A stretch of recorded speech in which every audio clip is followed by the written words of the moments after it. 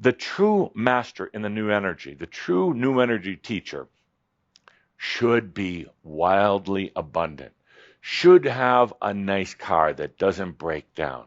You don't have to have a Rolls Royce with a chauffeur, although it is kind of nice, but at least a car that's not breaking down. You should be able to buy a new car every year, every 2 years, every 3 years.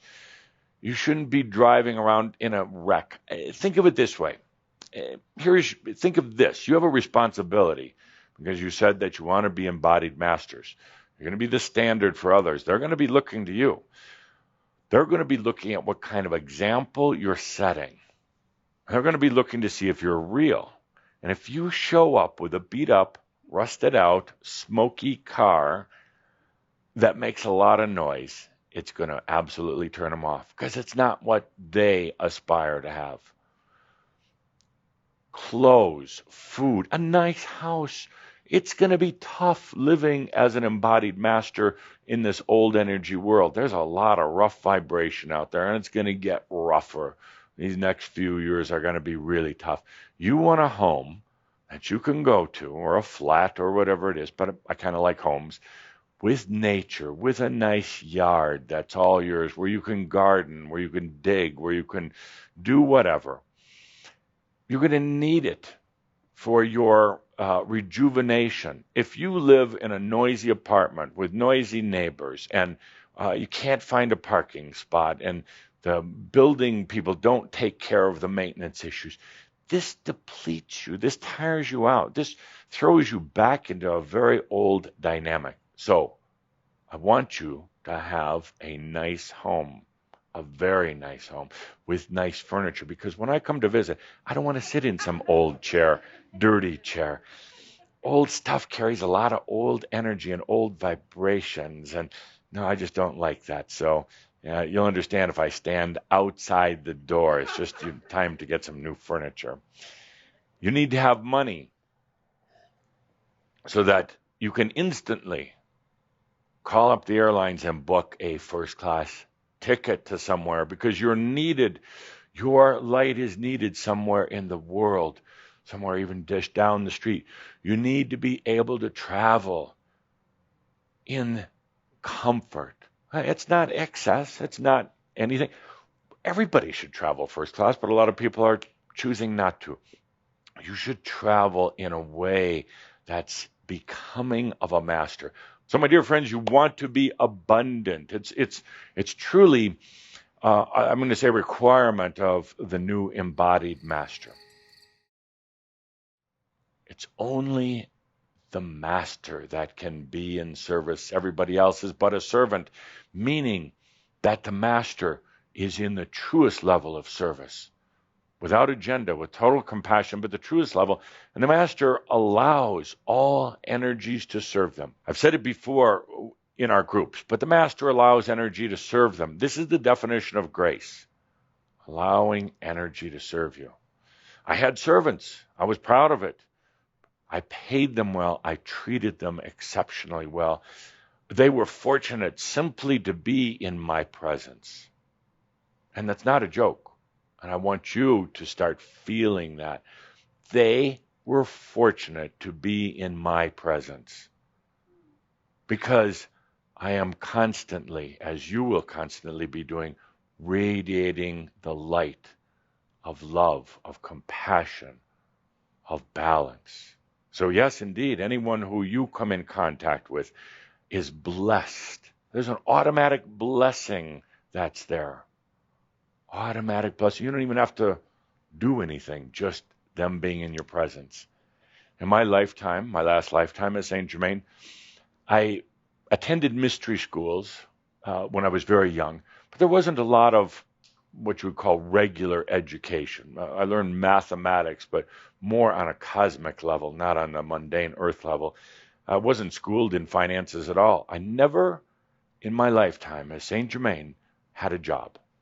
How appalling. How disgusting. Truly, disgusting. I couldn't imagine it. And I joke sometimes, but it's not such a joke. To me, the epitome of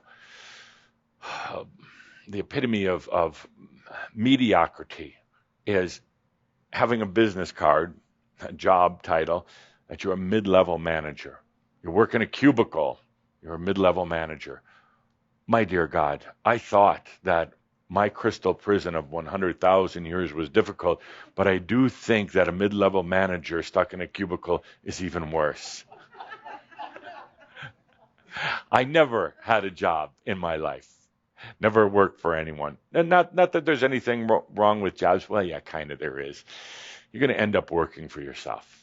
And doesn't mean to go out and quit your job today, but you are. When your consciousness comes around, you're going to end up being your own boss. Never had a job, but I had plenty of money. A lot of money. I actually, this is the first time I've told this story, but I actually do not remember where the money came from. Now, isn't that odd? I had what would be considered today, I would have been a billionaire, multi-billionaire back then. I didn't work. I don't remember where the money came from. I was never beholden to anyone. I assume people gave me money or things. I don't remember. But I wasn't beholden to them. I wasn't their slave. If they gave me great sums of money, I don't know. I didn't have anybody manage my money for me, but it was always there. I rode in elegant coaches. Why not? I had the finest horses. Loved horses. Meals, I mostly ate ground oats with honey and nuts, but I could have afforded huge banquets, and I did throw great parties with the best French wine, only French wine. But yet I did not know where my money came from. I couldn't even keep track of all of my land holdings, my properties. I didn't feel a bit guilty about it. And you would feel guilty. Immediately, you would start putting limits saying, well, I can only have 2 castles, and I have to know all the names of my servants. Well, I can't have servants. Yeah, you can. I call them employees. It's the same thing.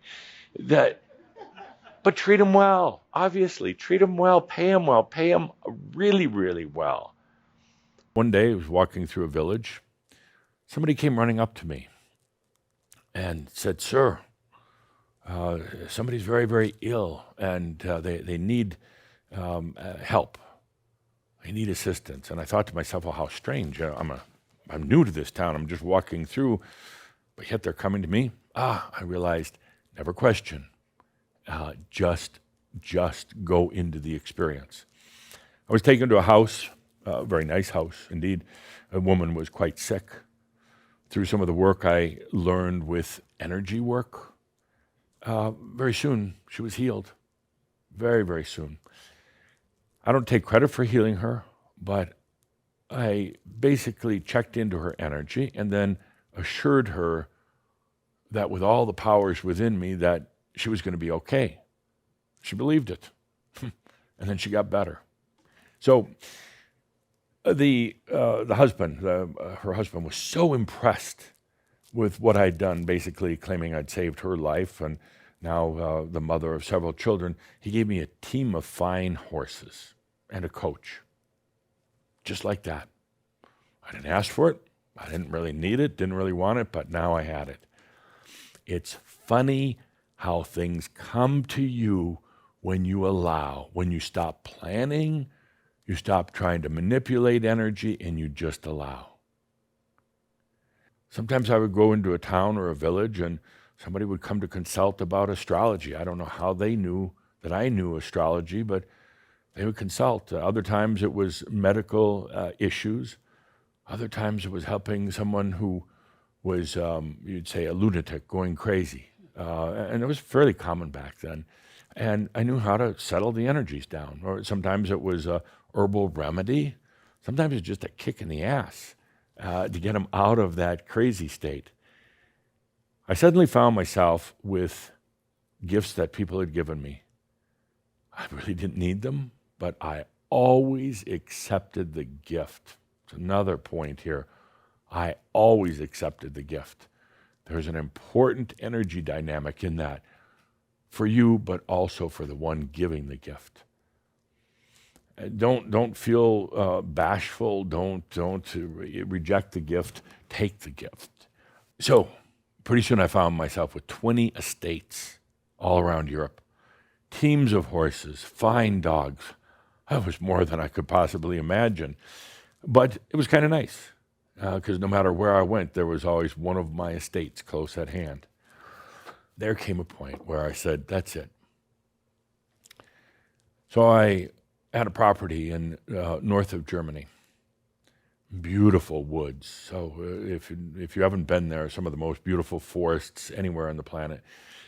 And I went there. I gave away almost all of my goods other than some of my dogs and a few of my clothings. Gave away nearly everything. Didn't sell it. I gave it away. In a sense, you could say that the synchronistic life, there are no needs. Everything is already there. You don't have to struggle with it. You don't have to arm wrestle with life anymore. It is just there. In the synchronistic life, there is no forced creation. You don't need to even define what you need. You don't need to ever worry about this thing you call abundance or health or any of it. It is just there. In the synchronistic life, there are no needs because everything has already been met. There's a flow that comes into you that you can simply reach in and take out what you need in that moment. In the synchronistic life, as we have said before, the answers are there before the questions are asked. The synchronistic life, there is a constant, ongoing reunion with your divinity and with spirit. We don't have to try to force it. We don't have to try to will it. It is just there. It just flows. To get to the synchronistic life, Shambhala, it's not that far away. To get to it is simply a matter of letting go of the controls. It happens naturally. We have said a long time ago, the best thing to do, best thing you can do is just get out of your way. The controls are in your way. The controls are providing a type of veil or a barrier, a separation between you and divine, between you and synchronicity. Let down the controls and the fears and the belief systems. Let that all go. The synchronistic life then begins to immediately connect, take place in your life. It is all there. It's difficult to describe because it's not a formula. It's just a way of being. A synchronistic life, there is that flow. Yes, you do. You're still living in the human reality. You're still going to have to get up in the morning, if you choose. You still have to participate in the material world, but it becomes so much easier. There's not the stress. There's not the push. There's not the mental battling. The synchronistic life flows. The people are there, just happen to be there. The tools and the resources are just there. You don't have to even try to plan them out. You don't have to try to struggle with them. You don't have to pray for them. They just appear.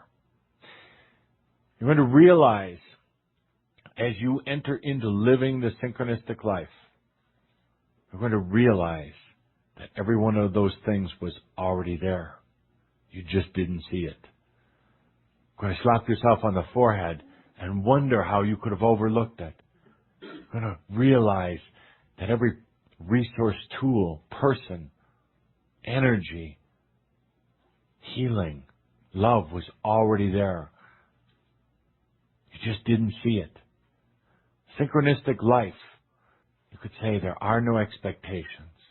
There are no needs. Now, we're not saying go and throw away or give away all of your earthly possessions. That again is a forced activity. You don't have to force it. You'll discover in the synchronistic life that you don't have a need, for instance, for a new car or a new house. You don't have a need for people that you love, people that are fun to be with, Because it's already there.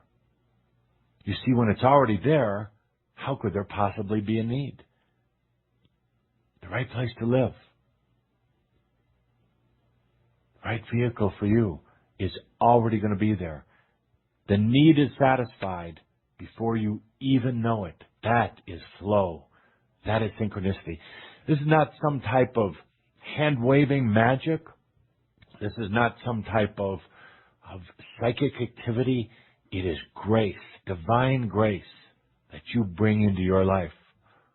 You find you don't even need a plan anymore because the plan is there before you ever even know it.